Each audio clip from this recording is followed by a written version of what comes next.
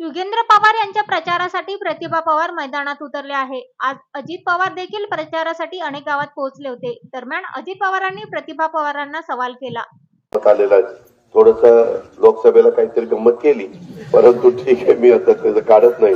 आता मात्र विधानसभेला गंमत करू नका, नाहीतर तुमची जम्मतच होईल। मी खोटं नाही सांगा, तुमच्या लक्षात येत नाही। काही भावनिक करायचा प्रयत्न केला तर त्याची इतकी मोठी किंमत बारामतीकरांना मोजावी लागेल। परत बारामतीकरांना कुणी वाली राहणार नाही। साहेबांनी सांगितलं 1.5 वर्षांनी मी त्या ठिकाणी परत उभा राहणार नाही, निवडणूक लढवणार नाही आणि खासदार पण होणार नाही। त्याच्यानंतर कोण बघणार आहे याचा विचार करा, आणि कुणात तेवढी धमक आहे, कुणात तेवढी ताकद आहे, कोण शब्दाचा पक्का आहे। करोडो रुपये एवढे आमदार आहेत, पण कुणी करोड रुपये आपापल्या भागामध्ये नेऊ शकलेलं नाही। आणि मला काही गोष्टी सांगायच्यात पानसरेवाडीकरांना।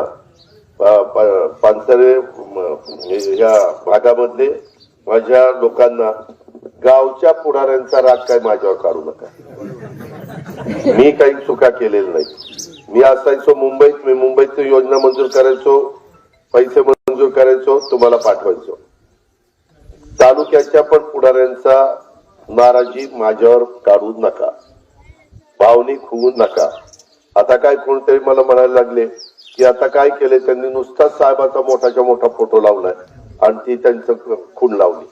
साहेबाची इलेक्शनच नाही ना, साहेबाची इलेक्शन आहे का? नाही, ठीक आहे।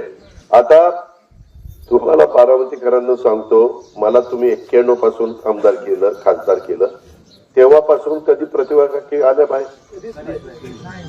आताच म्हणजे काय नातवाचा पुळका आलाय मला तर काय कळलं। जर एक मिनिट, जर मी खाताडा पेताडा काही गंजाडी पिंजाडी असतो तर गोष्ट वेगळी।